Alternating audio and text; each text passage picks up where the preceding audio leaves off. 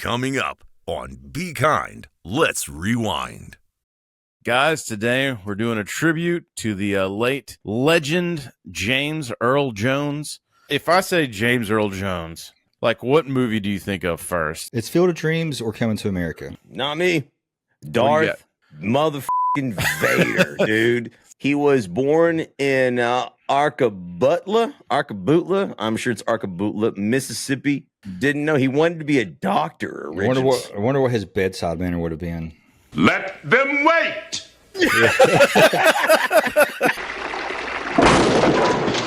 So she's dead. The sun will set on my time here and will rise with you as the new king. It reminds me of Mr. T and not another teen movie. Believe in the ball and throw yourself. Gentlemen, let's raise a glass to the legend. Cheers to James Earl Jones. 4, 3, 2, 1. Cue music. Ray, people will come, Ray.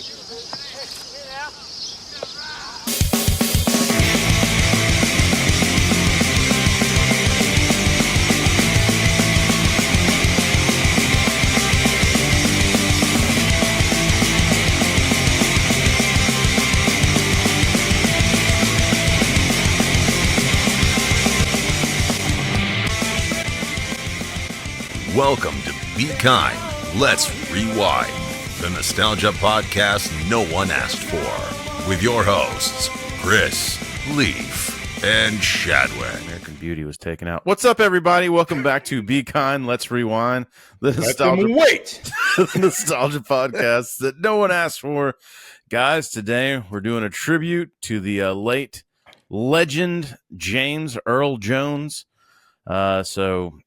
Cheers to you, good sir. Yeah, he just passed away recently, and we just thought, man, hey, let's do a deep dive. Let's pay tribute to the man. I mean, we did it for Carl Weathers. Legendary actors deserve their just desserts. Because this is going to be, us paying tribute and maybe a little bit sad. Let's just go ahead and move over to. Balls of the wind. Get out of the street, you fucking dog! Tell you what. Time to get trounced. I'm gonna start. I'm gonna say a classic drink for a classic man. I'm going old fashioned tonight. Me and Shadwick both talked off air, and classy drink for a classy man. Got myself an old fashioned as well. I'm using Knob Creek. Shadwick using Buffalo Trace. Man, those are good. Leaf, what do you got for us there? I like a Knob Creek, man. I'm having a little bit of a simple vodka cran, a little heavy on the vodka. Like my wife made it. I think we've left over. She got a heavy pour.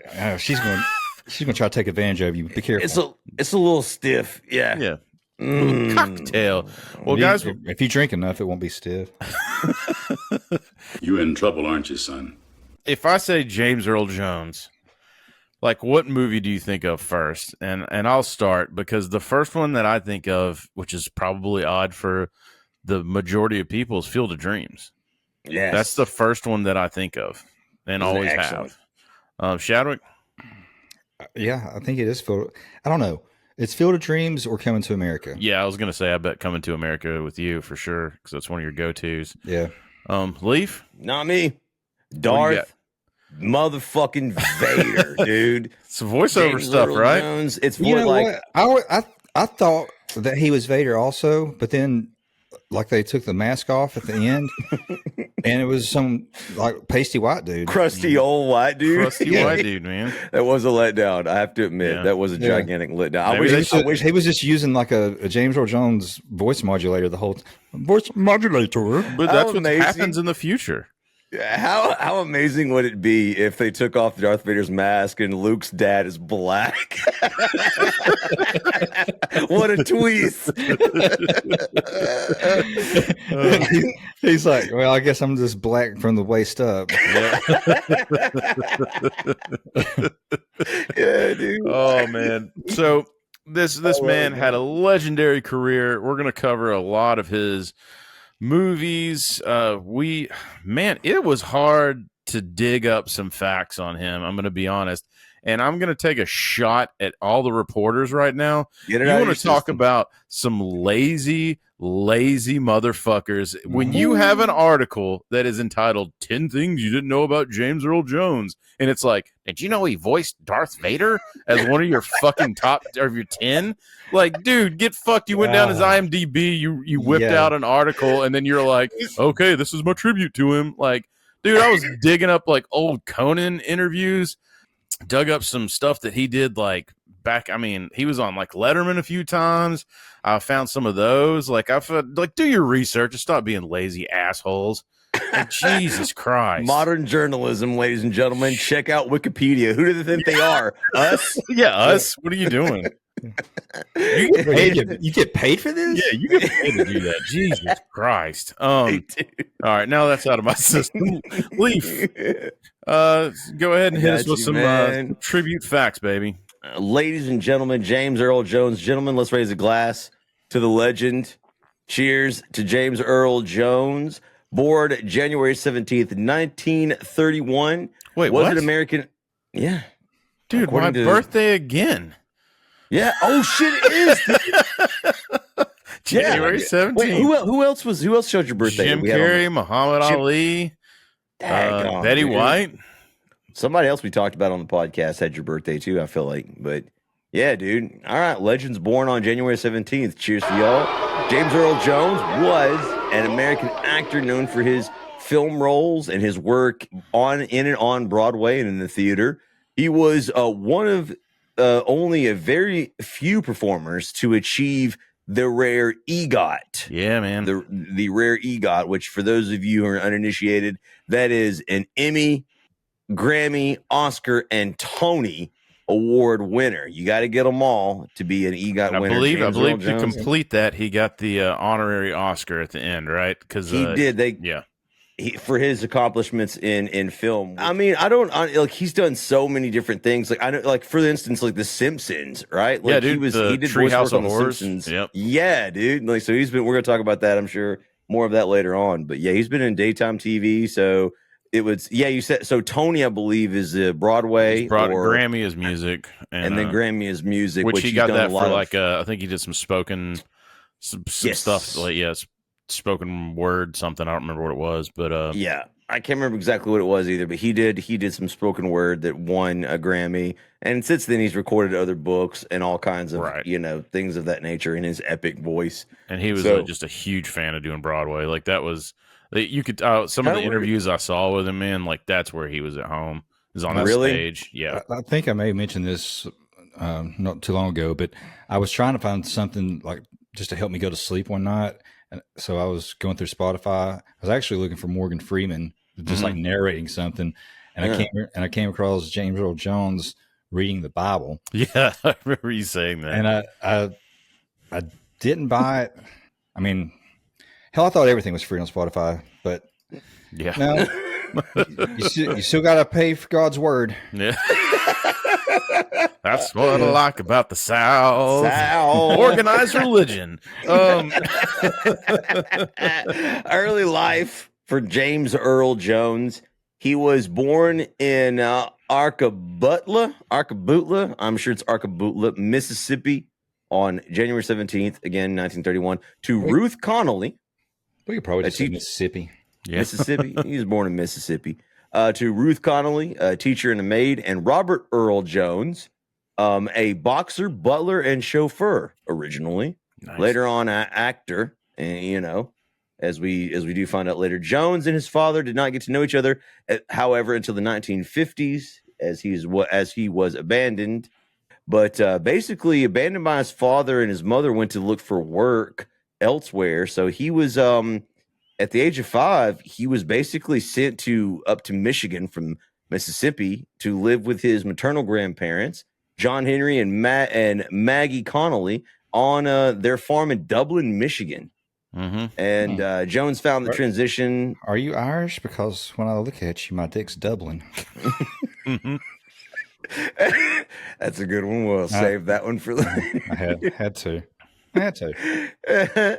The shock of being transferred at such a young age from his parents' care to his grandparents Evidently, I didn't see any interviews. Maybe Chris knows where he talked more about his original transition, but I got a pretty good story on that one. So it's kind of in your notes. So what had happened was what had happened was he had this stutter and he just didn't want to talk.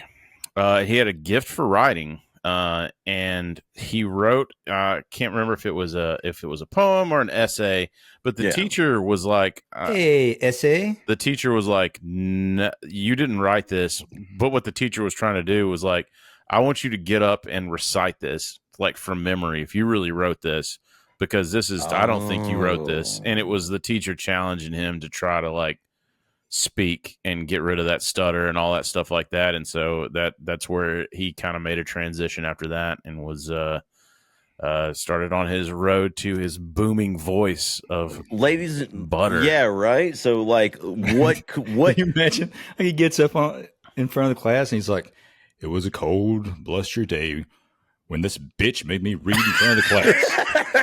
And the teacher in brain is like, "My stars." Heavens to Murgatroyd. Yeah, hey, everybody that put out the 10 facts you didn't know about James Earl Jones. You didn't have fucking that Jim in there. So, be kind, let's rewind. Come to us, I guess. We have to do it our damn selves. I mean, hold on, man. Let me just say the shout out to teachers, man. Yeah, dude. Shout out to teachers. Let me just say, I have like a quick story of my own about this. What might have been if someone didn't pull him out of his shell, right? Yeah. Someone who gave a shit about him enough to be like, this kid can be more than what he's doing. Mm-hmm. And they're not just trying to, collect their paycheck, and they reach in and they're like, hey, can you, what else you got in there? Like, do more. And through that, in his love of poetry, obviously he ended up overcoming his fear and has one of the most legendary voices. Can you imagine if we didn't have that? Dude, legendary voices and careers, man. I mean, that dude was in like doing stuff up until basically he died doing voice work. Basically, like he was in things all the way up in front of years people. Or something crazy, man. Dude. So how old was he? 93? 93. 93. Oh, his dad. I'm just looking at the years here. I think his dad was like 93, 94 also. Yeah, man. Yeah. I mean, even though his mom died younger, his mom was still 75 when she died. But they did. The thing is, he comes from a long line of death. This is true Norm McDonald joke. As do we all. As do we all. Yes. But I mean, I could shout out to my actually my first history teacher, which is probably why I really love history. Like Mr. Grant was his name, ironically. Oh wow. Like people would be like, "Oh, it's your dad." And I'd be like, "No, dumbass. The dude's white." Sorry, but you're my friends were. But he's like, I don't see you with a size 15 ding dong. Yeah. Sorry, my friends were honky. Honky, that's racist. So yes, cracker. shout out to Mr. Grant, my first history teacher. He was probably one of the surliest, meanest, weirdest guys, but he was the first straight shooter I've ever had as a teacher in my entire life. The dude smoked cigarettes. You could literally, I could see him flicking a cigarette before he would he would smoke right outside the classroom. Dude, he was getting geared up, man, before he had to go in there with you little shits. Was this high school, middle school? This is middle school, dude. Okay. This is like right after like I got paralyzed, and he was one of the first teachers I had that didn't feel sorry for me, that was actively mean to me. Nice. And I love that, man. Yeah, dude. He's like, get on in here, Wheels. Yeah. He was like, he leaned forward. Kids Club looking ass. Once you fucking transform into your desk over here. Yeah. He looked me dead in the eye, that man, and was like, listen, a lot of people will let you get away with shit around here. And like, it would shock me because I'd never heard any of my teachers ever curse. Yeah. He was like, but around here, he was just like, I own your ass, all of y'all. And I was like, damn, I'll never forget that as long as I lived. And then he looked me dead in the eye, serious, and busted out laughing. And I was like, this guy's a maniac. Like, I love him. Like, this dude is the one, man. Yeah. And so you're like, why do your cigarettes smell like skunk? Yeah. He was he was the first dude that made me feel like school. Well, there was something more to it than just, learn your lesson, do your homework, regurgitate the garbage. Like, he had an interest in the topic that he was teaching. And throughout my life, all of my history teachers have been really weird. Yeah, there was like there was one history teacher that I was class clown, and it's probably 7th grade, and she snapped me the fuck out of it. And I was like, damn, she's like, she was into like paranormal shit. So like I would go talk to, unfortunately she left to go teach somewhere else about like, I don't know, 6 weeks into the school year. And then I went on to hate teachers so much. She went to a commune. Yeah. No, she actually went to a public school where they paid more. But so she made me, after that, I was like, you know what? I'm done with teachers. I hate teachers. I hate them so much that one day I'm going to marry one so I can torture one for the rest of my life. And I did that. And that's what I'm doing. Shadwick, do you digress from that horrible story? Do you have a teacher that stood out in your life? I do, man. A couple of them. One was a history teacher, and he was it was a dude. He was a big sports fan, right? Yeah. And I cannot remember now which college team that he likes, but it was not Tennessee. And we would always joke this teacher, he was synced up with his wife's cycle because about 5 days a month he would just be a complete asshole. So this one day, the jock, he put an orange on the guy's desk, on the teacher's desk, right? Mm-hmm. Just like, people would give an apple or whatever, but he puts an orange on there. Go big orange, baby. Go big orange. Oh, yeah. Go big orange, boy. Woo! Basically every SEC school. Yeah. But, hey, shut up, man. Hey, shut up. You never get the pussy. So everybody, like, he puts the orange on his desk. Everybody files in class. We'll take our seats, whatever. And the teacher, his name was Mr. Syme. He's like, all right, class, I'm going to separate you into teams. I want everybody from here over, slide your desk that way, and everybody from here over, slide your desk that way. And so we all did that. We got ready. We're going to play some kind of game or whatever.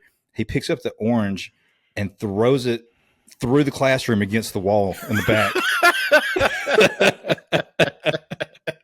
Nice. And then he's just like,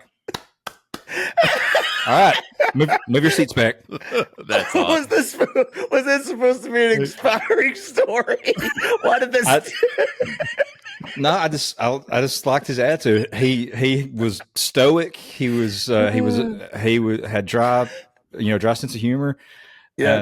And he, if I'm not mistaken, I think he quit teaching and opened up a sports card shop.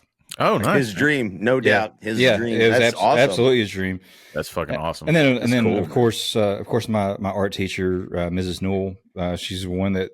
Oh yeah, that's right. She introduced me to Photoshop, actually. Nice. So I spent a couple of years taking every class that she had available. I think she was actually part Native American too, but we always joked and said she looked like Connie Chung. Thanks to Disney, most people think that Native Americans look like Asians. So that's, appreciate you, Paul. Thanks, Disney. Sponsor our podcast.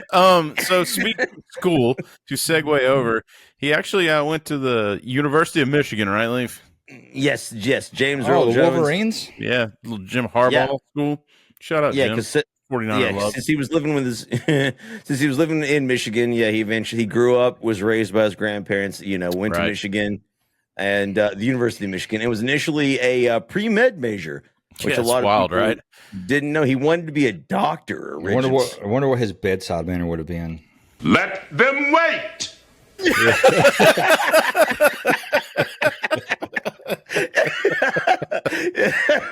Sorry, your son is dead, sir. Think you can wait till the doctor's he's got your scans up there, and he's like, you see that dark area over there? Never go there. Yeah. He had decided basically like he wasn't happy. His grades had slipped. He was ready to like he wanted to do something else. He just felt the calling of acting just pulled too hard on him.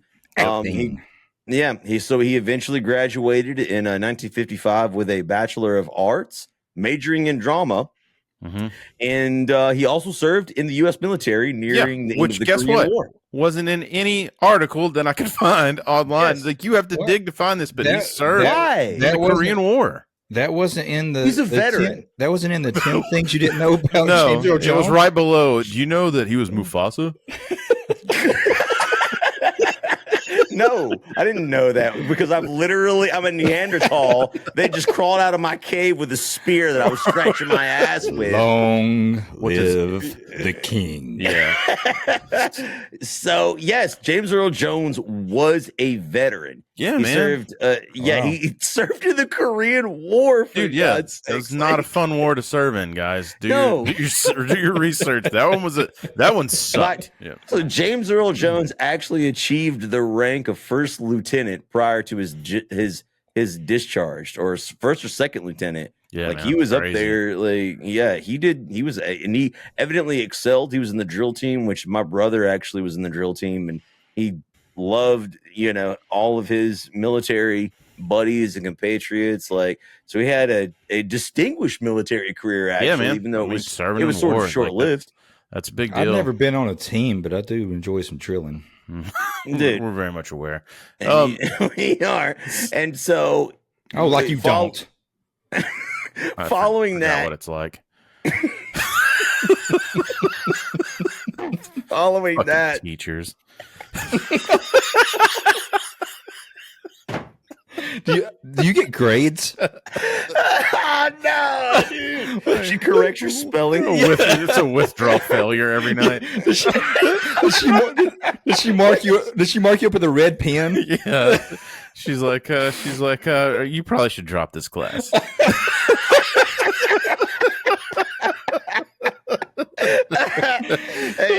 At least she marks you present. You're well on your way to a bachelor's degree, sir. After his military career, he did move to New York, where he began to study at the American Theater Wing, working as a carpenter, stagehand, and of course, he did some acting. And he also worked as a janitor to support himself, just to give y'all an idea about his work ethic. Which can all be found on 10 Things You Didn't Know About James Earl Jones. On some lazy ass writer in Hollywood. What's crazy too is when you see his first or the first videos I could find of him acting. Say, look, man, I ain't fighting for no race. I ain't redeeming nobody. My mama told me Mr. Lincoln done that. Ain't that why you shot him? He's got that distinct mouth and pronunciation, that he does, but he was super skinny. So it's really weird to see him like he back then it was like he was completely bald, no facial hair. And I think it was the one that I'm talking about. I saw some stuff before it, but I think in The Great White Hope he's also pretty skinny, like bald hair or whatever. And it's wild to see because James Earl Jones, we knew, I think Leaf, it's in your notes. He looked like he was 50 for 50 years. He did. And I believe part of the reason he was skinnier early on before he eventually developed type 2 diabetes, which sort of kind of made him like obviously larger. And he just sort of, but his face, he had an extremely young face. And I don't know if y'all know this actor, but let me tell you who James Earl Jones looked like when he was young. Y'all know the actor Bokeem Woodbine? Look him up later on, dude. Yeah, he's in Star Wars, right? Was he? Didn't he do when he in one of those? I'm sorry. More recent shitty ones. I know we're about to talk about Star Wars, but I'm sorry. Like, Star Wars fans, I tuned out. No, we're not. I tuned out. I don't know about a lot of the new shit. I watched a little bit of The Mandalorian, and that was it. Maybe he was in it. I don't know. But Bokeem Woodbine, dude, looks like James Earl Jones. Chris, I'm begging you to put it side by side. If I'm wrong, y'all tell me in the comments that I'm wrong, and that's not true. But that's the first person I was like, dude, he looks like that one actor. And so but later on, you're right. he got older looking probably because of his health issues. So you said type 2 diabetes? Type 2 diabetes. That's the earned one, right? Yeah, you got to earn that one. Yeah, that's one. Yeah, you get a gold star for that one. I mean, never let me say that he didn't work for everything he achieved. Everything that brings up actually a good point that I wanted to mention is that a lot of people people will fast forward through your life's accomplishments and the things that you did, right? And that, he was an Academy Award winner, that he was an Emmy Award winner, Tony Award winner, Oscar Award winner, all of this stuff, right?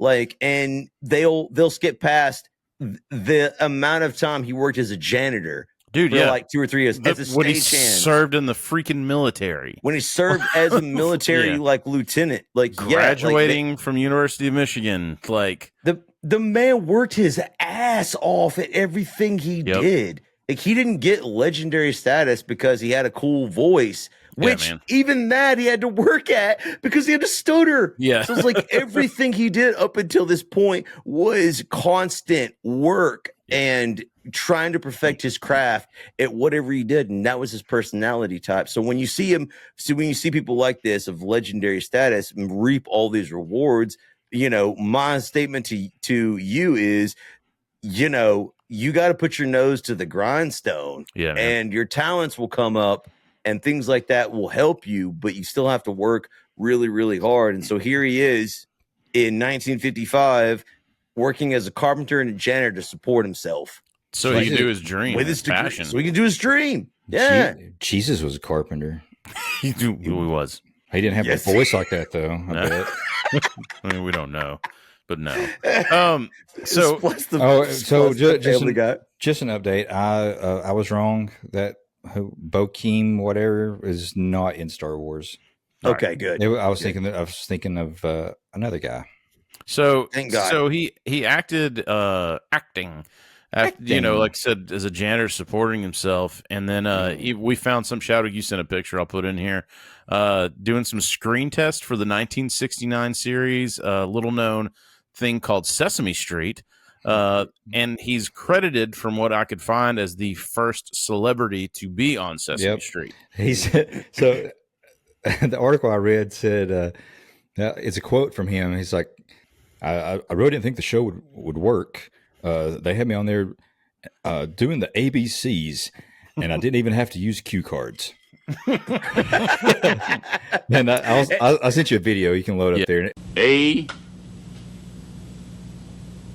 B, C. What's funny too is there's a crazy interview with him on Conan O'Brien, and this is early Conan O'Brien, and it is awkward as fuck. Like, why though? Conan's still figuring it out. So his hair is not big enough yet. It's not. This is actually like small hair Conan, and you can tell like the set's super small. Like, and James Earl Jones makes uncomfortable eye contact with Conan throughout this entire thing. No, really, it's this beautiful voice. I would think it must be a little bit of a handicap. For example, you couldn't make prank phone calls. I would think. But like on purpose, like is he? Yeah, I don't know. I don't know if to fuck with him. I don't know. I can't tell. And then, but they do talk about them both having Irish in them. And then so Conan's like, oh, do you like, do you enjoy, like, do you dress up for St. Patty's Day? And then James Earl Jones just does the drink to the mouth thing, like, that he's a boozer. And I was like, fuck yeah.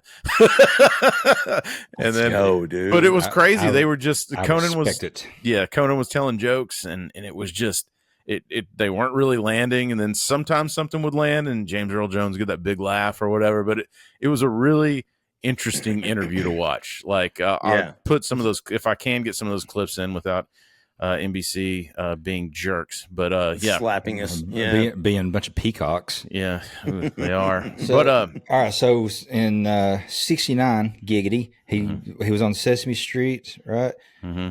So what had he done before Sesame Street to give him celebrity status?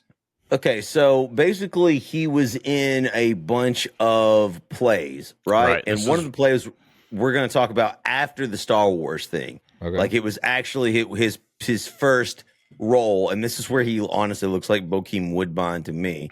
But so we're going to get there. But he did do his test films for this Sesame Street, and like Chris said, I believe Carol Burnett was the first celebrity actually on Sesame Street, but that excludes his videos, which are actually earlier than hers. They didn't air until later on, if at all, in some cases. And what year did Rocky 3 come out? Because I know I know Rocky was on Sesame Street from Rocky 3. Rocky 3 would have been 85, 83, somewhere in there. Rocky 3, 1982. Okay. I just looked it up. Yeah, y'all were very close. Yeah, 1982.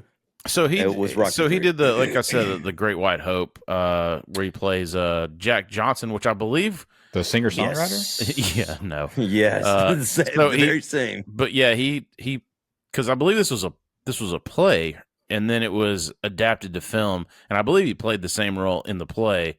Then it's a role he originated, right? Like it was his role in the play. His legendary film roles began with The Great White Hope, so this would be again his first leading role. Okay, I got you. So The Great White Hope was his first movie. Yes, but it was well, as far as I know, he had some bit parts before that, but this was his first leading role. But he got a fucking Academy Award for it. He got a nomination. Nomination. Okay. Yeah, he never actually officially won an Reading's Award. hard. Yeah, it is. It's a little weird in your defense because, and we have to mention this because he actually legitimately never won an Academy Award. However, the Academy Award, and this is weird, I know, they did present him with an honorary award for all of his film work. I don't understand what the precedence for that is. I don't get it. Yeah. I would honestly like to debate it. Is it like Wesley Snipes' black belt? At least this one was earned. He earned it. I still love you, Wesley. Yeah. Just don't stab me in the steak while I'm partying at a dirty blood club. Oh, dude. Are you a blood brother? I didn't know that. We should go out. The night time is the right time. There's a pop-up club coming this weekend. Let's go. So he does. So he did get an honorary award. Honestly, I would like people to debate that in the what does it mean? If you can explain that to us. Yeah, I didn't. I read it. Didn't really understand. I mean, I think that it's what I think it is. I think it's one of those because everybody was like, he should have won the best actor, I guess, with this first role, and then it was almost like dip our bad. Like later on, because it was the only thing that he didn't have to complete that he got. Yeah, it was one of and I think that they wanted to give it to him because I think he honestly deserved it. And anyways, fuck the Academy Awards. They're absolutely fucking stupid. And half the time, the people that win don't deserve it. I don't even know who won that year. I'm sure it would be an embarrassment that he didn't win. But whatever. Like, that's how awards I mean, also, goes. too, like Sally Field for Gidget. Yeah. So, I mean, like, though, but look in your notes, though. I mean, he was the second, like, African-American male performer after Sidney Poitier. Sidney Poitier?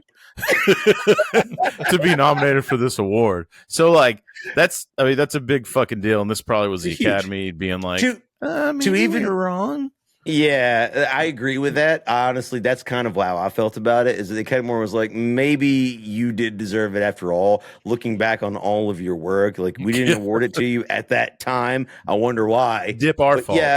Yeah, my bad, cuh. So like, I feel as if that. Yeah, I agree with you that they sort of awarded it to him out of like our mistake kind of thing. But have either of y'all seen that movie? It looks amazing, dude. It does. I've only seen the clips, but never seen it. I've never seen it, but I'm as always. What happens? Boxing don't know movie, what dude. you got. Yeah.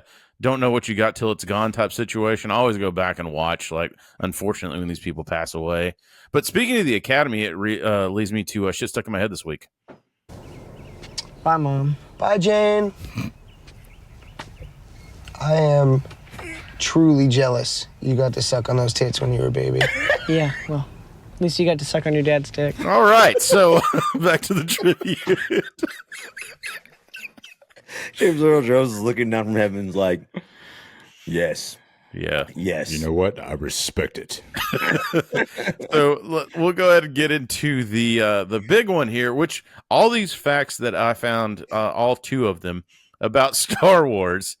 Leaf, you can lead us into this, but let me do it. Yeah, because this is your field. Yeah, this is my field of expertise, as it were, if I do have such a thing, despite shit talking. If you will. On a nostalgia podcast, it's actually my expertise, but this is my secondary field of voice acting. In 1977, Jones made his debut of his iconic voiceover role as none other than Darth Vader. No, I am your father. George Lucas's space opera blockbuster film Star Wars: A New Hope, which would reprise, which of course James Earl Jones would reprise the voice as Darth Vader, as we well know, for the sequels Empire Strikes Back in 1980 and Return of the Jedi in 1983. Darth Vader was actually, the actor was portrayed in costume by David Prowse in the film trilogy, this hulking, large monster of a man. Right. However, unfortunately, he had this like goofy Scottish accent. And if you want to clip that in, it's so. You are part of the Rebel Alliance and a traitor. Take her away. Yeah, I saw side by side that there's some videos going around, obviously, but like hearing him say the lines and then hearing the James Earl Jones dub over, you're like, Jesus, that's so like, oh, that's much better. I haven't seen it. Evident. Does he sound like Highlander? Bro, he just sounds like it, and it's the inflection's wrong, and it's like, it's just weird. It doesn't work. It's especially when you're used to like. He's like, oh, screw! I'm your father, dude. He does. He sounds like an Aussie, or he's just like, you fucking dog cunt. You give me the fucking pants, mate. What the fuck are you doing, eh?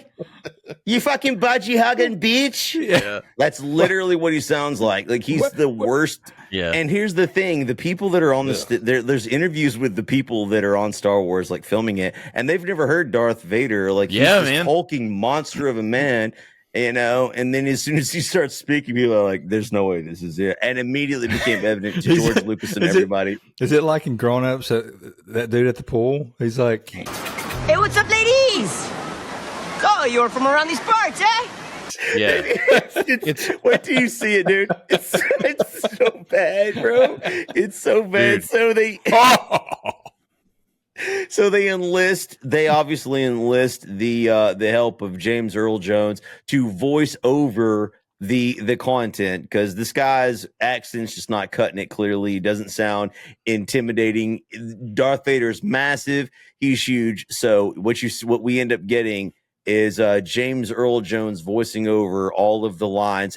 But he didn't get credit. He didn't get credit for the first two films. He didn't, and I'm about to go into that. It's really important. This is really important and interesting. Actually, a real fact, Hollywood reporters, about James Earl Jones. See, at this time, James Earl Jones didn't, and others along the lines, didn't consider voiceover work to be legitimate like acting. They considered it special effects. I was going to say, that's what every article and every interview I saw with him, when they talk about this role, he said, well, I was just special effects. That's how he talked about it. And I found out that he got paid a whopping $7,000 for A New Hope, which, I mean, this is in 77. And he was like, that was great money for me back then. I needed the money. And they had no fucking way of knowing what they were doing was about to be fucking Glaven's favorite thing going forward, you know, like talking. Even like I saw recent interviews, he was talking, and it was just like he just always just like, well, I was just special effects. Like, even you know, it's crazy that's like what it was. Voiceover work was thought of as he was basically pyrotechnics or claymation. So and here's the reason. Did he still have that way of thinking when it comes around to like Lion King in the early 90s? There's a difference, and I'll give you the difference. Okay, so here's the line of thought, and I can explain it because it actually does make sense if you think about it. So evidently, when Linda Blair did the girl in The Exorcist, right? they hired a voiceover artist to do the voice of the devil when she switched voices and the demon was coming out of her, right? Mm-hmm. And that actress, the voiceover actress, was named Mercedes Cambridge, right? But there was and it turns out her mother actually does suck cocks in hell. there's allegedly. Allegedly. She's like, Jake, did you hear that? He's like, I'm suing. Damn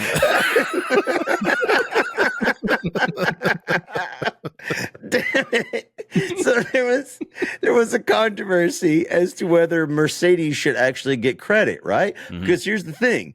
Like, it's just the whole performance, everything is Linda Blair. Like, all you add it up. Like, it's her screeching and yelling, but her voice can't during this time, during the Exorcist, the 70s, during Star Wars, and even in the 80s, like, you're just adding a little bit of flair. So if you really think about it, I don't really like talking about my flair. yeah, that's what I'm saying. It's literally special effects if you consider it in that way, right? So here's the thing.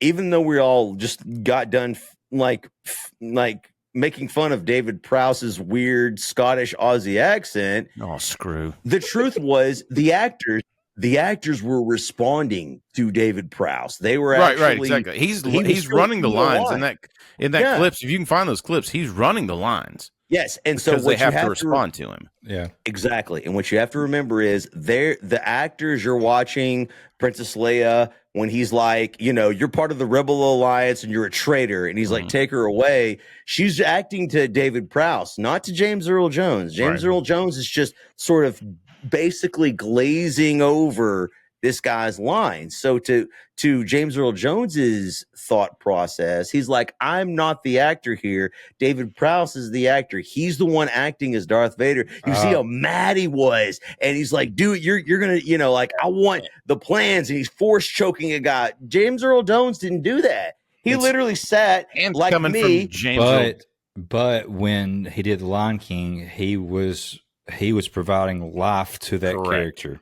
Correct. Completely different scenario. And so too, like with this one, it's with him doing Darth Vader. Remember, you got effects on the voice, and don't forget, James Earl Jones is an actor himself, so he's putting himself in those shoes of like, this dude's doing all the physical work. Like, why would I go take credit for that? Like, how? Yes, I'm sure he's got a thought process of how would I feel if Lord forbid somebody was like, no, James, we don't want your voice in this. We're Hollywood. Yeah, we fuck everything up. Sponsor our podcast.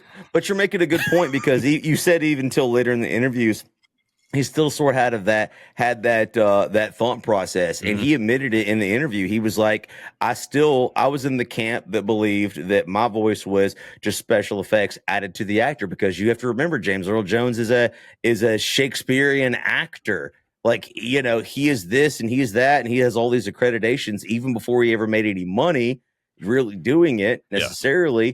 But there's the respect of the actor to actor saying, well, this guy is it. It'd be like someone voicing over his lines. He'd be like, yeah, but I acted it. I did it. They just added effects to me. So it's not a real legitimate, form of art. And so it wasn't until, I believe, the third movie of the Star Wars trilogy, Return of the Jedi, where he was like, okay, I see now that, I'm actually a big part of what this is, and I'll let you give me credit for it. But he never wanted the man is just ultimate humility. He didn't want to take away from the people doing it. Which he's going to be part of, and it's in your notes too, but he's going to be part of history. Probably. We've seen a little bit of it with AI and stuff, but in your notes here, they signed an agreement with Lucasfilms, so Lucasfilms can still use his voice. And in fact, they already have. So he technically retired in September of 2022. I mean, he was getting old. He's pushing, he's in his late 90s or his early 90s, coming into his early to mid 90s. And he announced that he basically retired from doing the voice of Darth Vader. And during the series of Obi-Wan Kenobi, the Disney Plus miniseries, Respeecher Software actually dubbed his voice for the first time, even before he passed away. So for those of you that watched Obi-Wan Kenobi, I didn't. This wasn't actually James Earl Jones. Fucking wild. reading it. This was his vocal archives being compiled into artificial intelligence and regurgitated into whatever lines. And he signed on the dotted line when he dies, and now he's gone. Yep. This goes on forever. He is Darth Vader. I don't know. Does he have kids or anything? Like, he does have a son. He's got a son. So does his family get any kind of royalties from that? Like, I'm sure they do. I'm sure that they do. God. Yeah, surely they do. I'm sure one of those press people will write an article about it. We'll find it. As far behind as I am on all that Star Wars shit, I'm sure there's still billions to be made. Oh, there's billions to be made, and I mean, if they can, get a director that's not, a man hater and sexist. Honestly, I'm making this movie to make men feel uncomfortable. With the recent failure of the Acolyte, which I can.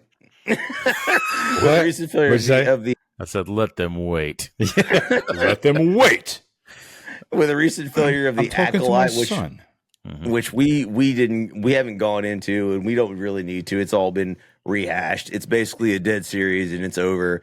And so the future, basically any Star Wars IP right now, as an aside, is just fucking absolute cancer. You don't want anything to do with it. Whether it's, I'm sorry, this is the legitimate facts. If it's, you don't have anything to do with it. If it's video game, if it is movie, if it is television, that IP is absolute just cancer right now. Ninja Turtles 3 sucked. It's okay. Like, I'm one of the biggest Ninja Turtles fans in the world. Number 3 sucked.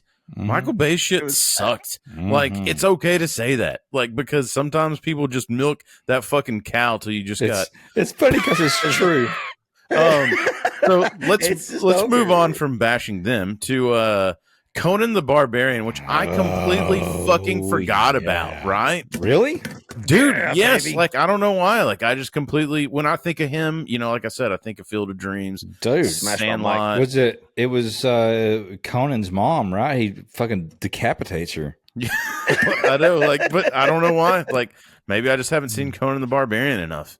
We'll rectify that. And he does. He does that. We talked about it earlier. Off camera, where he's like, he does that slow turn to the camera, and then slowly back, like he just like takes his time with that fucking mane on. Yeah, bro, that wig is so bad. I love it, dude. Cue Goldie Hawn in Overboard was just like, horrible wig. Yeah. Yes. Dude, he plays, so in Conan the Barbarian in 1982, he plays basically a snake cult leader, like the main bad guy. He's this goofy ass wig on that's just like terrible bangs, and like it's almost like a mullet. Dude. Two snakes. Yeah. It's like a cult leader mullet or whatever he's got on, brother. Let me tell you, he plays such an intimidating Arnold, character. Baby. Dude, this is prime Arnold Schwarzenegger. Dude, yeah, so beautiful. The movie is fantastic. If you've never seen it, dude, we're definitely covering it on the podcast. So we're gonna go into huge Arnold. Yeah, we're huge Arnold fan. Arnold sponsored by podcast. Yeah. We haven't done any Conans yet, dude. I am absolutely stoked, and I got a personal story. Do you have anything on Conan the Barbarian, gentlemen? Before I go into my own story, into yours there, brother. Let me tell you, dude. I mean, aside from I'd fuck that witch. We all would, dude. This is back in the 80s. I bet that tastes good. Did he say potion? Yeah, he did, dude. This is back in the 80s. Tits and ass are in full effect here in the early 80s, dude. Not to mention Arnold was special effects weren't though. And I don't want to hear it, ladies. I don't want to hear a fucking thing from y'all because Arnold's butt naked, except for a loin. What do you even call this? Like you talking about loincloth? Loincloth. Man, that's a 7-time Mr. Universe. But dude, thank you very much. This is the epitome of male. Break out the furry panties. Break out the pink panties. Yeah. So there's this scene, guys. There is this scene where the cult leader, played by James Earl Jones, is demonstrating his power, his grip on the mental of his followers. and it's a gruesome scene. So he bathes a young lady to come to the edge of. And Conan is there. He's demonstrating the power, his powers that come to the edge, and he's just like, "Come to me, my child."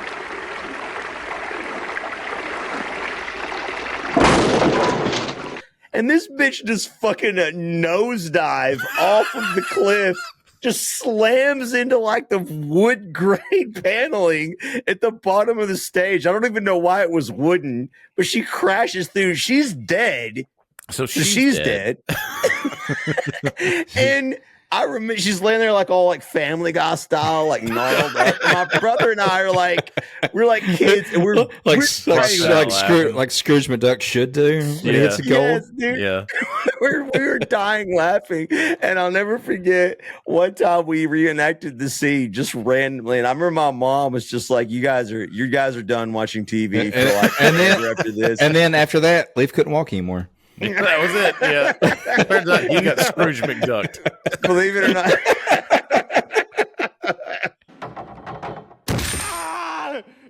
Believe it or not, it was my brother. DuckTales. My brother's on the high dive, and as we all did as children. No, the diving board, not necessarily the high dive. Okay. He's on the diving board. He was searching for something to do. Was it a backflip? Was it just a straight dive into nope. Virgin sacrifice. And I yell out, "Come to me, my child." My brother spreads his arms open and just dives like he does a belly flop into the water, into my friend's pool. And I even when he comes up, he's laughing, I'm laughing. The scene is still legendary to me for obviously increasingly messed up reasons. It's a beautiful story, but that movie. And this is the scene too. I think it's just shortly after that where he kills that giant ass snake, right? Yes. Yeah. Yes. Yeah. He kills the giant snake, but not only like James Earl Jones in this film turns in to like a snake, dude. Bro. Do y'all remember that? Yeah, he literally like uses magic and like, dude, this is back when. Hold on, let me run it just a little more. 82. This is back. I miss this so bad. I miss this in wrestling. I miss this in air, and I think this is the biggest. That's what pussy used to look like in the 70s. I miss it. We didn't mind the bush so much back then. We didn't mind. I didn't mind the bush. I've never been a fan of the bush, to be honest. Really? Yeah. I don't mind it. All right. Shit. Let's move on from Conan to Chadwick. This is Chadwick's territory. Yep. This is the next on our list, 1988. But you guys, I always just assumed that you had sex with your bathers. I know I do. I know. And this grin. He's grin. Yes, that shitty grin is so good, dude. And he's so animated. His face is so fucking animated and awesome. But it's childish too. Like it makes you think of like the innocence of like a 4-year-old boy. Like. Like I vividly remember when my son was little, I used to I would go in his room and just kind of hang out with him until he went to sleep or whatever. Yeah. And he had that same thing, especially when he was like fighting sleep. He would just he would lay in bed and then he would like sit up and just give me that same like childish grin. Like, yeah. I'm not going to bed. Well, so I'm I not saw going to sleep. Yeah, I saw an interview with him, and then so this lady that obviously was super well informed, and she was just like, because he is a diverse actor, he really is. But he about got me. But he said she was like, so in like you were in Coming to America. How do you go from like Coming to America to like The Lion King and what was the other one? I can't remember the other one she said. And he was just like, she was like, how can you do that? And he was like, well, they're all dad roles. She's like, no. Oh, and then he was like, I'm a goofy dad. He was like, so I play off that goofy dad thing. That's how I'm Coming to America. And even in The Lion King, there's a little banter, where he's like, don't mess with lions or whatever. And he's doing the little, So that's part of his personality that bled through. So this is not a recent thing, but on Amazon Prime, you can like pick your avatar, or whatever. I have had his King, that's awesome, Jeffrey, as my avatar for a long time now. I honestly just want to say, like, with this, there's a kingliness and an epicness to his voice. Like when he gets angry, he instantly commands this. It's real. Like he commands this respect, and you could really see this on stage performance, like coming through. It's almost over the top if his voice didn't match how epic it is. You know what it is? He's performing. You know why it comes off that way? He's a fucking Broadway guy. Because you got to project to an entire fucking room.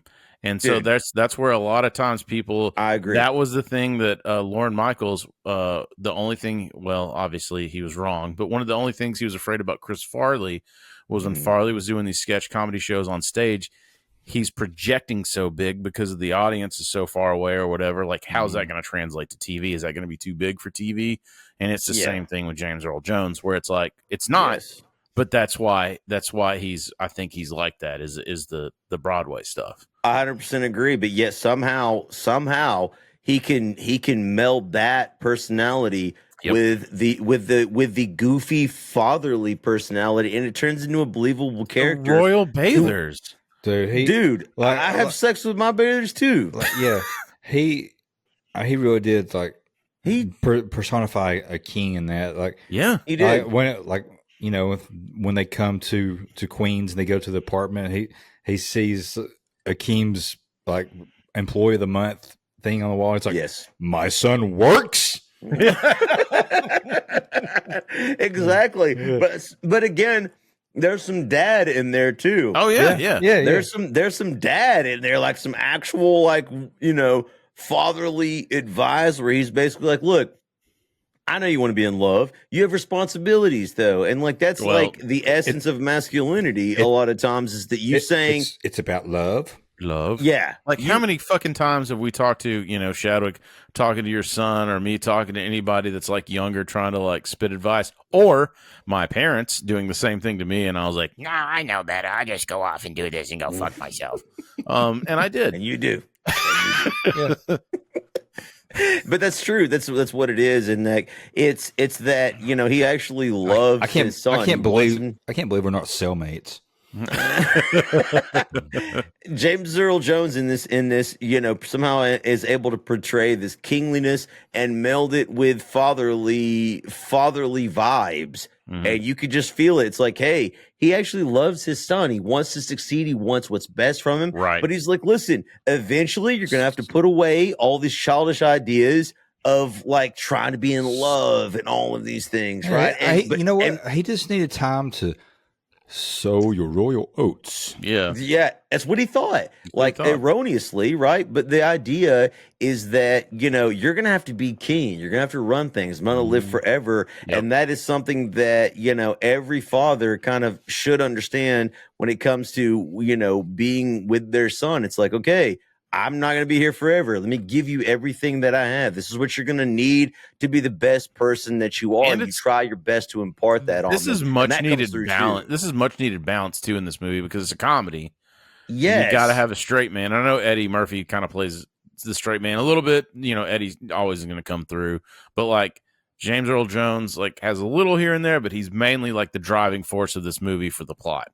And just does a great job. And then from the jokes, you're 100% right. I was going to say that the Coming to America is anchored almost solely on James Earl Jones. Yeah, because if you take him out of the picture, it's just a bunch of one-liners and jokes, and and Eddie Murphy trying to do whatever it is that he wants to do in this film. And it's just it doesn't work without James Earl Jones. Like he drives the entire movie. Like he's the one that everything is centered on and pushes Eddie Murphy into these uncomfortable situations. If you remember, Eddie Murphy was nothing more than sweat from a baboon's balls.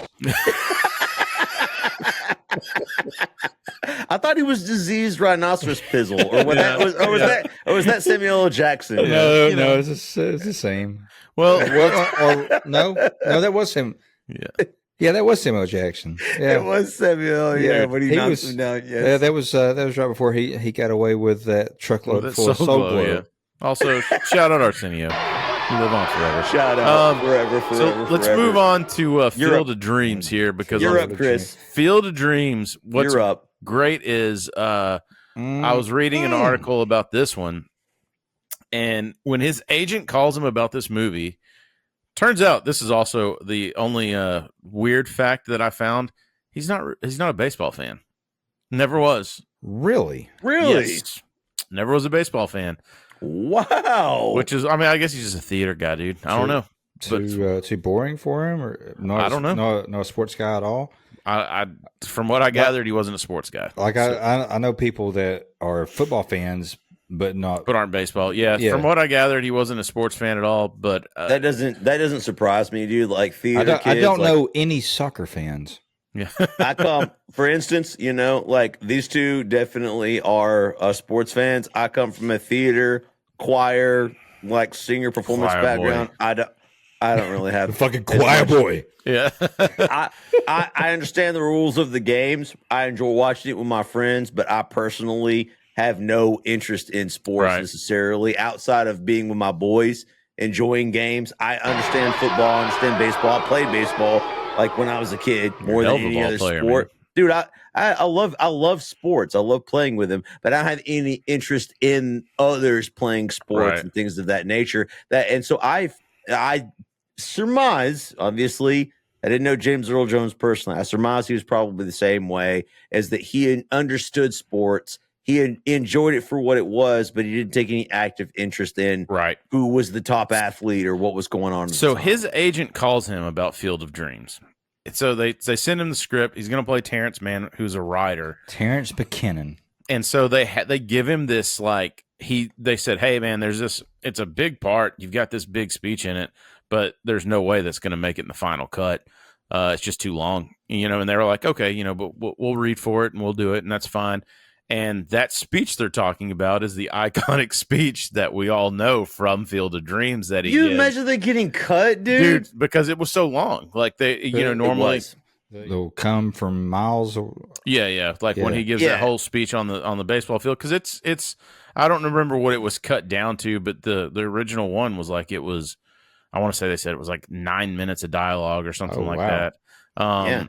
He's basically. And I don't know if that's back and forth or whatever. Anyway, but so they said that's not going to make it in, and then it turns out, Ray, people will come, Ray.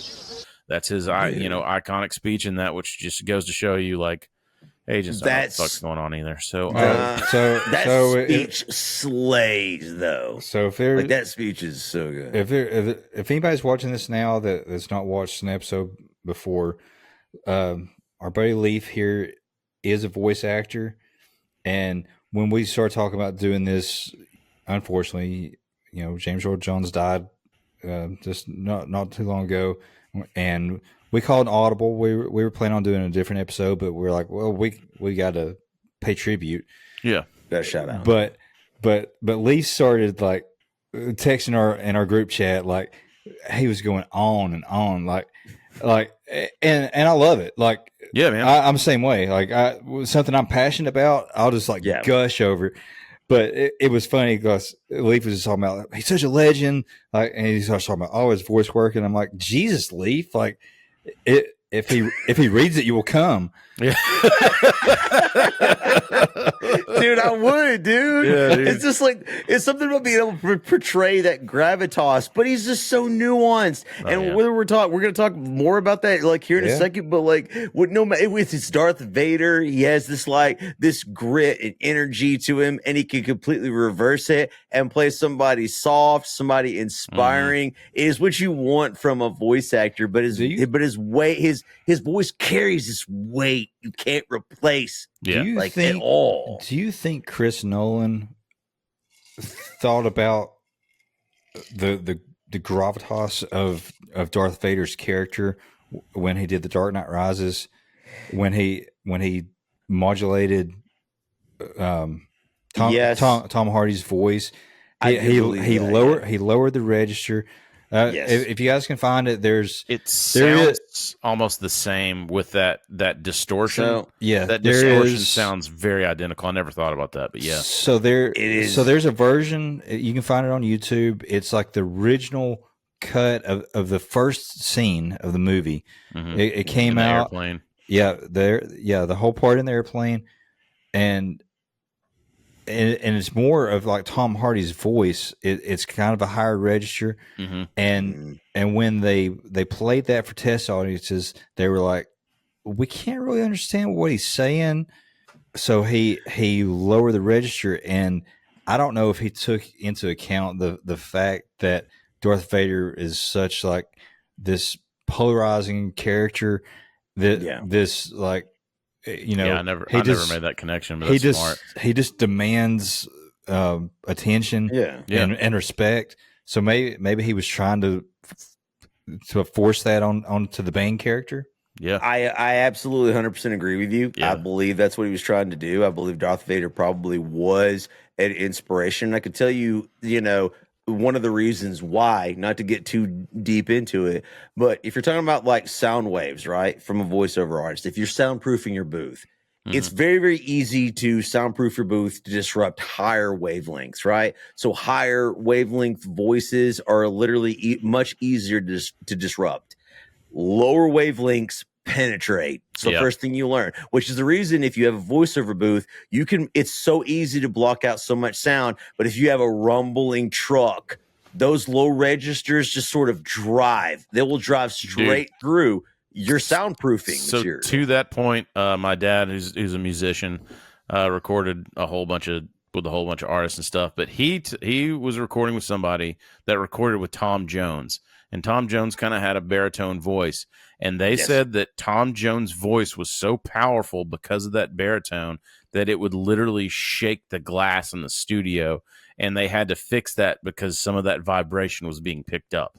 Exactly. And so to that point, lower registers have that driving, penetrating feel. If you've ever been in a concert, I know Chris and I have. I know, like Red Hot Chili Peppers subwoofers.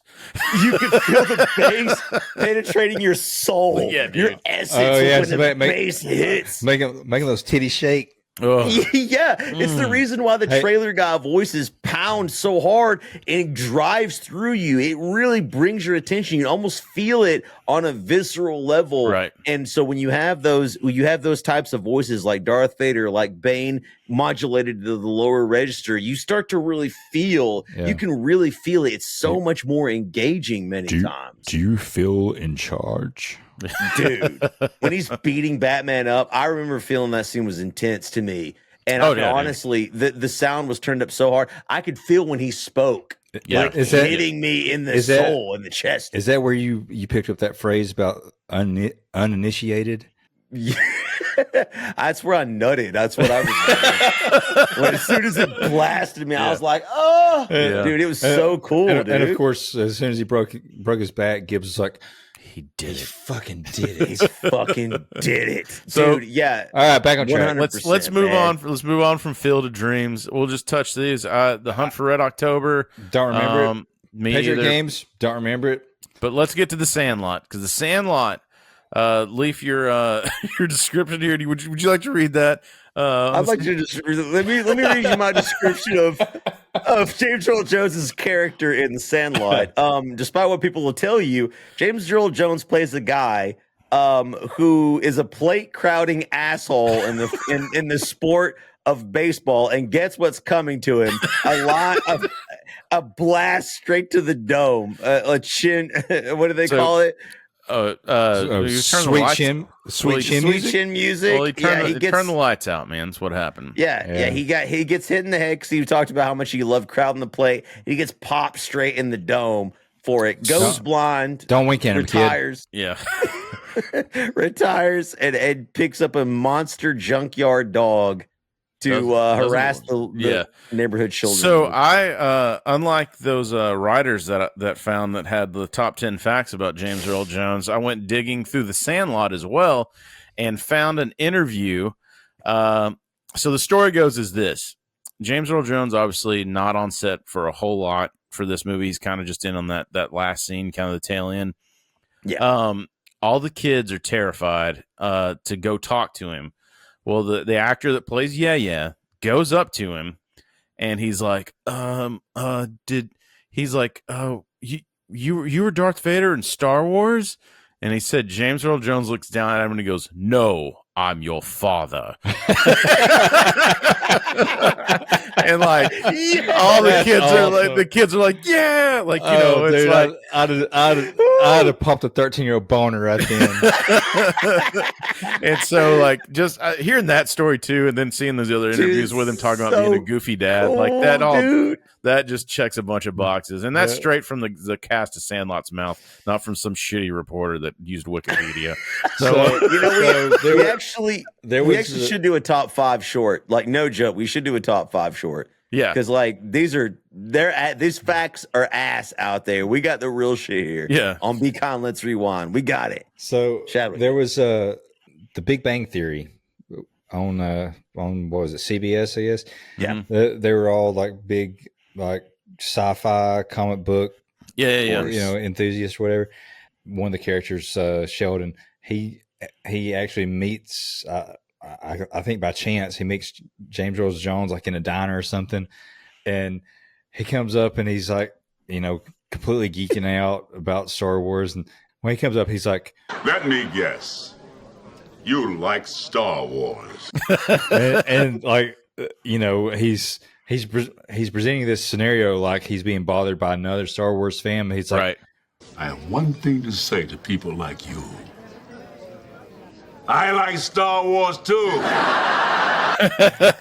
and then there's just like a whole night of like debauchery with him, like he's like, yeah, like they go to like a steam room, and that's awesome. And they go to Carrie Fisher's house, and like what's it called? They ring her doorbell and like run off. Ding dong ditch. Yeah, that's it. Yeah, ding dong ditch. And like she comes out, she's like, "It's not funny anymore, James." and then you hear him like off screen going, "Then why am I laughing?" Yeah. Yeah. And the funny thing, that's good writing, dude. I was reading an article on that. They never actually met. Like Carrie Fisher and James Earl Jones never met because he was just doing the voice, right? Yeah, man. So correct me if I'm wrong, internet, but I think they did not meet until that episode of Big Bang Theory. That's highly possible. Yeah, that may be true. That's highly possible. I could see it happening because he didn't have to go to the deserts or wherever they filmed all that stuff, right? Like everybody else did. Like he's just like to go along with what you said, Chris. I think when he finally met her, I think she called him dad. That's cool. That honestly sounds like a Carrie Fisher thing. That does sound like Carrie no Fisher joke. Thing. She did not give a fuck. Yeah, Carrie Fisher, rest in peace. Absolutely. R.I.P. So absolutely. we kind of touched on it a little bit before we'll go into the Lion King, but the Simpsons, I knew it was him, I guess subconsciously, but on the quote the Raven Nevermore, the Treehouse of Horrors. Yes, him reading that poem or whatever. Man, I wish I had a Treehouse of Horrors. Yeah, me too. I'm still trying to advertise a wrestling company to do a stripper on a pole match. Then the person that gets to the stripper on the pole gets to use her. But for this, he was the Treehouse of Horrors. He was in like 3 Simpsons episode. I found out. I think they're all like Treehouse of Horror type stuff. Distinctly I remember. It was in the bleak December, and each separate dying ember wrought its ghost upon the floor. Awesome that he did that. Is that a thing? You said it twice. But so then we can move on to The Lion King. Long live the king. So a lot of people, my James Earl Jones experience, like as I said in the very beginning of the podcast, was from Star Wars. Like he was the voice of Star Wars. Like everybody, like I could pick his voice out instantaneously on anything he's ever been in from my experiences with that. A lot of people's childhood, maybe a little younger than us, was The Lion King. Yeah, man. You know, this one was not a big one for me, admittedly, but I think a lot of people may resonate stronger with this one. I'm trying not to be offended. Yeah, but stronger with this one than I mean, I get it though. You watch. I mean, Disney was like, "Hey, man, like we're gonna make you fucking sad at the beginning of every goddamn movie because we have a formula. Watch your dad die. Live. It's the hero's journey. Like that's right. It is. That's Disney's format. Like, well, at least Disney killed the dad this time and not the mom. So, I mean, I guess that's a change. Yeah, it was our turn. Yeah, Bambi. Yeah, Bambi's dad quit it and hit it. Yeah. Or maybe he hit it and quit it. That'd make more sense. Maybe he just went to the store to get some cigarettes, but he'll be back. Yeah, get some milk. Yeah, Disney is big on that shit. Like, they pick a character or they create a character that feels like an outcast, like we all do, and they send them off somewhere as an outcast, and then they discover who they are or what they are, then they come back and save the fucking day. Yeah, and rectify whatever happened before. Well, rectify. That's the point of the speech. It's very, to me, it's very kin to the Field of Dreams speech. While it was different, the Mufasa basically tells the character, his son Simba, remember who you are, right? Who you are. Yeah, you're special. You're somebody who means something, and you need to rise up to accept, your responsibility, right? Like you're called to do something important. And I know the exact scene you're talking about because I think Chris, you and I were 10. Fresh. Or would it have been 12 we were when this came out. Freshmen, right? No, this came out in 92. Really? 1992. Really? This is the year that I got paralyzed. That's probably why I don't remember it, because there's a lot of trauma in my life. You were in Traction? Yeah, I was in. Yes. So I don't really remember this at all. Like, for me, this was. I remember. I think I saw this one on video, though. I don't remember seeing this in theaters. I saw it in theaters because, like, I was big into animation, and this was one of the first films where they used not exactly 3D, but basically the same like 3D model over and over and over, and just like just different just different articulation. Yeah, that was a strong scene. Yeah, that was a strong scene. But I was big back then. Disney, Pixar, they were like the leaders in animation. So I was big into anything like that. Yeah, man. At the time, it was excellent quality. Toy Story, The Incredibles. Yeah, all that stuff. Lion King. All that was insanely good. So I mean, Lion King for this, like he, again, not really in the movie a whole lot, because it's of course centered around Simba, but such a lasting impact. Everybody remembers it. Remembers his speech. Why is his speech to Simba still the standout moment? And it really was a big moment for the main character. And James Earl Jones brings it to life in his booming voice as this loving father. It's like, listen. One day, Simba, the sun will set on my time here and will rise with you as the new king. Stand up, boy. Do what you got to do. Like, I'm gone now. It's up to you. And as Shadwick said, that is the hero's journey. The father passes it to the son, or the mother to the daughter, whatever the case may be. Whatever it is, you have to eventually stand up. It reminds me of Mr. T and not another teen movie. Believe in the ball and throw yourself.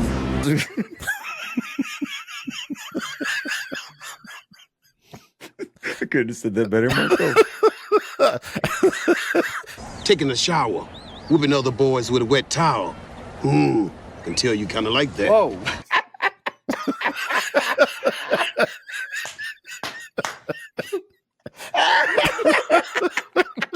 Look, we're getting too sappy. I had to. All right, look. That was so good, dude. All right, wrap it up. And I have one more thing before you go to him passing away. Yeah. All right. So his obviously screen career continues throughout the 90s, the 2000s, even into, he was still doing things, as of 2022, I think, right, is when he officially retired. So. Officially, so a couple of years ago, he was still active. He did stuff, obviously continued voiceover. He did, as Shadwick mentioned, he did read James Earl Jones reads the Bible. Like, he did all kinds of voiceover performances. In the beginning. Yeah. The famous CNN tagline. Oh yeah, man. All him, absolutely legendary. I forgot about the fucking CNN. Yeah, dude. This is CNN. So despite all of this, all of these accomplishments that we've listed today, he does not have a star on the Walk of Fame. Oh, are you serious? He'll get that post. So we're gonna have to get it for him again, like we got it for Carl Weathers. So be kind, let's rewind. Let's get it. Let's get that man his star. But also Hollywood. Why are you fucking waiting? A lot of people don't even realize that we were instrumental in getting Carl Weathers star fame. Why don't we get our credit for doing that? We'll get it when we're dead. Because they're even better when you're dead. Because that's not why we're here, Leaf. We're not here for the accreditation.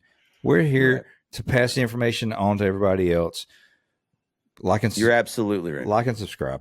Like and subscribe. Absolutely. Also, I forgot to say that in the beginning. But anyway, Leaf, we're gonna get everybody. Hey, everybody! I just want to remind you before we get started: like and subscribe. There it is. Sweet. Like and subscribe, and then comment. And give us some fucking comments.